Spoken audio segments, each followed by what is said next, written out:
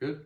Hey guys, Joshua Peterson with Peterson Electric here for my SEO guide. This is going to be called an energy monitoring system from the 70s here in northern Colorado or Fort Collins. I've had quite a few of these little systems I've had to debunk and gut out. I'll show you what it's about here, but it is about monitoring if you have 200 amps, usually at 240 volt for baseboard heat. And if you have a hot water heater and an electric dryer, that means some of these subdivisions in Fort Collins especially do not have gas to them. For some reason, they never brought natural gas to these subdivisions. So these houses are at 240 volt. If you have something similar to this, even if you have a thermostat at 240 volt, you should not mess with it if you have no experience. I had one guy in a garage just simply touch 20 amp at 240 for a plug that was probably used for a dust collector, and he blew up his main breaker in the dead of winter about 3 winters ago in 2019. That cost him quite a bit, especially because I can't get those main breakers as easy or get them at all.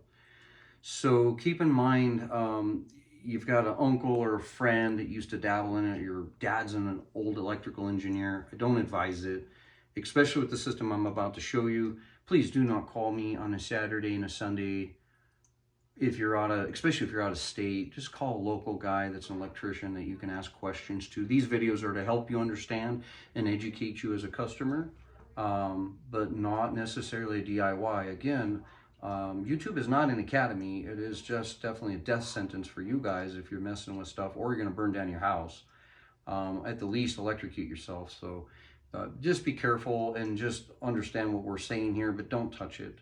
All right, guys, here's what we're looking at today. This is when I gutted. This is basically the old engineer design of the 70s. These are just basically ice cube relays for you other electricians. They're a contactor, pretty simple system, but 120 volt came into here, and then the transformer stepped down to 30 volt amperes at 24 volts, so it stepped it down about 5 times. And then right through here were all the contacts to tell the relays to turn on and off. And then your 240 volt line would wire in and out on one of the legs, and sometimes 2 legs, but this was 1 leg, before it went out to your thermostat, and your thermostat to your baseboard heater. So you may not even know that you have a panel system near your panel. They're usually right next to your panel, not always, but usually. And if you go shorting out that or changing out a baseboard heater, when you thought both legs were dead in the 70s, these old ones, they did not kill both poles. If you don't know what a 2-pole 240 is, you shouldn't touch it. But this would kill both poles. Now the code is on the new thermostat, so that way if you are changing it out, you don't ground out to the 110 to the frame of that appliance and hurt yourself. Anyways, what happened here is I believe either the diodes in here were failing, and how I knew is I just came up and I hit that panel as hard as I could, and it clicked on, and I knew then the solenoids were reacting, but it wasn't actually working. So I believe the motherboard up in the kitchen was talking to this one, and it was a 4-wire system right here that you can see that was connected to it, and I'll show you that before I'm done. But if you have these components in your house, it's going to look like this for you guys on YouTube. It's going to be right here for this panel system that we pulled this out. There's a big nipple between here that the wires pass through and go back up. And so we just simply degutted 2, 4, 6, 8, 10 circuits. It was dryer, hot water heater, and then 3 240 volt baseboard systems. Usually there's about 5 of these 2-pole 20 amp breakers for baseboard. Hot water heaters can vary to 20, 25, 30, or 30, 40 amp breakers, and then your dryers are 30. But all of this 240 was lined up on the right side. It was originally done in 1977. We gutted it out, put in here, gutted out. I mean, if you want to use this as a great panel now, if you want to just keep it there and put your gun in there, or some money, and then put some sealant right there so no air passes through, nobody's ever going to know you got an issue. Now the question is can you gut it out? Yeah, you can if you want to re-drywall, but now you're getting into this panel. So you can just put the panel cover back on. Whoever pulls it out, again, you're going to see energy management system, relay, mechanical. This was the 77 design. And look, Sears, I used to be an appliance tech for them back 22 years ago. So, hey, they're the ones that evidently might have made these parts back in the day. I don't know, but I sure know they didn't have electricians that worked for them that actually did service on this. Maybe they did. Anyways, but yeah, this house was done in 77 when I was 2 years old. Here is your CTs in here you do not want to touch. And for you guys that care so deeply about me, here are my gloves. Thank you. But so yeah, here's the CTs right here, guys. These are just really no good anymore. All they were doing is monitoring what the feeders were pulling in. And basically utilities, I don't know if back in the day they would just turn your power off, or they would monitor you different on your bill, or they were just trying a certain thing. But I see them in certain subdivisions in Fort Collins, but always in the 70s. Even one out south of Fort Collins that was right borderline Loveland with Excel Power had it as well. So I know it's not just Fort Collins Power, but it was Excel back in the day too.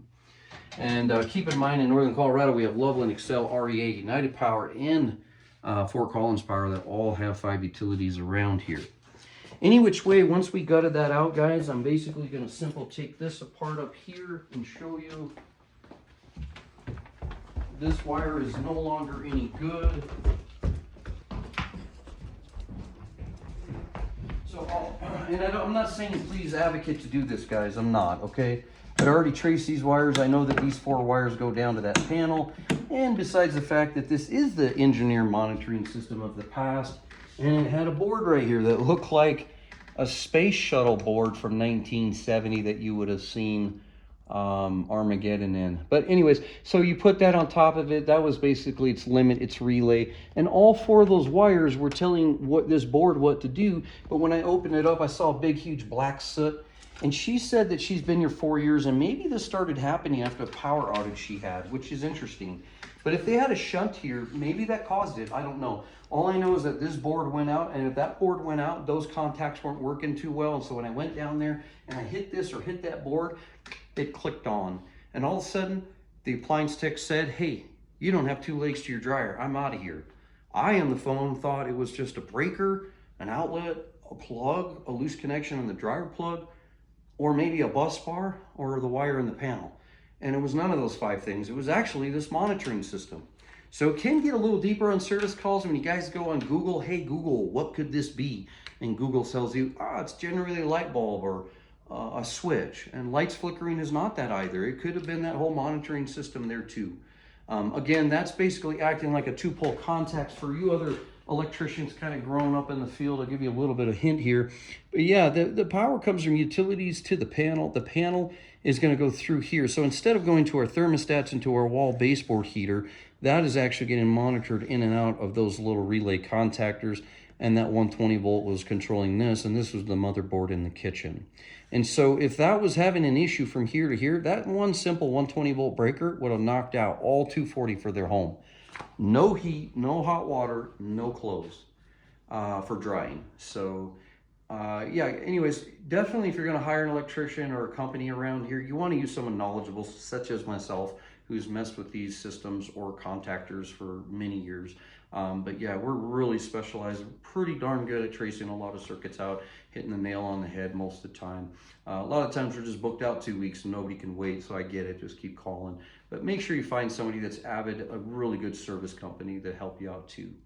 So guys, yeah, thanks for joining us. Again, do not touch this system. If you have anything like this, you're just gonna mess it up and I'm gonna charge you 5-10 times more than I want to. All right, thanks guys for joining us. Have a great day.